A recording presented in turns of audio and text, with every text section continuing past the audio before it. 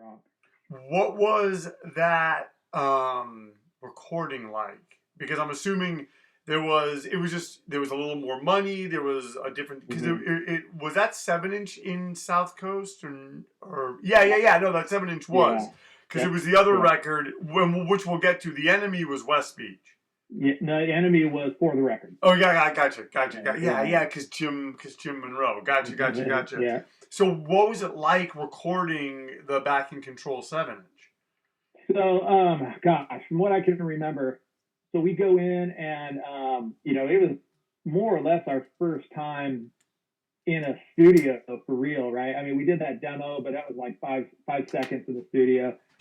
We got to spend a little bit of time on it, on actually like guitar sounds and, drum sound, everything. It was so that was a real cool experience, and Jim was great to work with and really kind of guided us through that. When it came to, I felt like Mike and Kevin and everybody were just like, they just nailed it. Those guys just nailed it. They were so good already at that point, even though they won't admit to being that good. I was like nervous as hell. I got in and really stood in front of a microphone to record myself just like once, maybe twice. And I was nervous. Went through it. I think, we got through it pretty quickly. We probably had, $500 to do this whole thing. We did it in, half a day, pretty much. I just got up and yelled and did what I did. And it happened to come out pretty good in my mind. I still enjoy listening to it from time to time. But yeah, it was nerve-wracking, I'll tell you the truth. I think we had a lot of fun when we did it, though. Was it nerve-wracking because of time and also because, like you said, those guys had been so strong, you wanted to contribute equally a strong performance? Yeah, and at that point in my life, I was like, man, I wanted to be Minor Threat. I wanted to be Youth Brigade. I wanted to be some, bands like that. And so I was just going off yelling as best I could and do, how I thought it sounded right. But it was nerve-wracking because I was nervous as hell. When you're up in front of a microphone as a vocalist, you don't have that guitar. Oh, I screwed up on my fingers. I messed up on a chord. It's you. Right. It's you. So it's the expression of yourself rather than the instrument that you're playing. And if it sounds bad, I sound bad. It's not that my guitar playing, you know what I mean? So that was nerve-wracking, but it was still a really cool experience, and I still am really proud of how that 7-inch came out. I really am. And this whole time, you guys are playing shows. You're getting bigger. At what point and I think you would agree that this happened, your vocal style evolved, I guess is the best way to put it, because you guys then do The Enemy, which is like I'm saying, I love that. I mean, everyone loves that album. How did that piece of it, the vocal kind of thing, happen? Oh, a couple of things. I think it may not seem like it, but I guess there's a couple of years between the 7-inch and the LP, right? So we started playing more and more, and we're headlining shows, and we're consistently writing more songs, feeling pretty good about ourselves. I'm going to only speak for my thoughts on it. Obviously, I can't speak for Kevin and Mike and everybody, but I felt like my ego was pretty big. We were headlining shows. We were exactly where I wanted to be, and I think that played into it a little bit. Like suddenly I'm thinking to myself, hey, I'm better than this type of screaming and yelling. I can add a little melody to it, right? Did you know if you could do that? Had you ever sang before? Okay.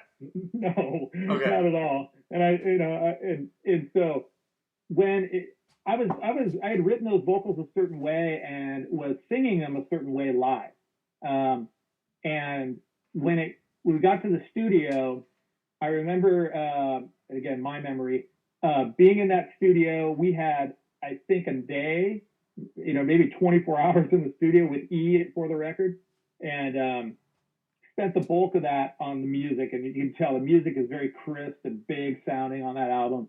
But vocally, I went into the booth and I started kind of belting them out, similar to the 7-inch. I remember, so a little more yelly, and kind of the way I did them live, and just more yelly with just a little more melody, but not like the record ended up being. And I remember, I don't know, a couple of songs in, might have been early on, somebody in the booth, and I don't want to attribute it to anybody, but somebody in the band, because I can't recall exactly who it was. I hear dude, try to sing more, try to be more melodic, and because I was just doing the hardcore thing, right? Which is what I wanted to do. And I went, okay, and my ego kind of kicked in. I was like, I can do this. And we basically rolled out the entire record in 1 or 2 takes for each one of those songs, because we spent all of our money on the music side. So I broke through that, and it came out the way it did. And I think also when you're sitting in the studio and you've got those speakers right here and it's just blowing your hair back, it all sounds good. It could be anything. It sounds good. Once it mastered and I took those home, I was like, I was super disappointed. I still am. I can't listen to that record. There's probably 3 songs on that record that I can listen to where I'm not like, wincing. Come on. No, I'm serious. There's a few songs that I really kind of like on that. I would love to go back in time and redo it the way I wanted to. I think a lot of vocals could say that, but that's the one record where I love the music. It's just it progressed so much. Had I done it in a better way, I think it would have come out a lot better. I was listening to, like, God, man, at that point, I think I wanted to be Verbal Assault. I wanted to be Jane's Addiction. I wanted to be, Fugazi. And it just didn't come through that way. Can you talk about, was there any frustration just in the sense of you guys had spent a lot of money and time already on the music. So the music, it was almost like you were in a similar situation to like the 7-inch. Like you had those guys had been strong. You wanted to be strong. But then I know that like for vocals, you didn't have the kind of time that you wanted to. What does that feel like for you in the moment? Like, are you just like, hey, we're going to do our best? Yeah, in the moment it was. I remember sweating a lot. In the moment, I being nervous.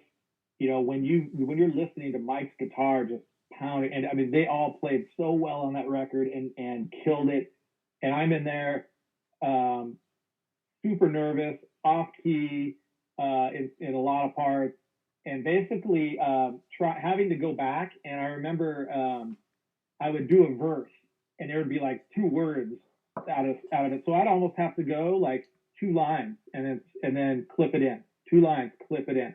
And that's sort of the way it went for almost the entire record.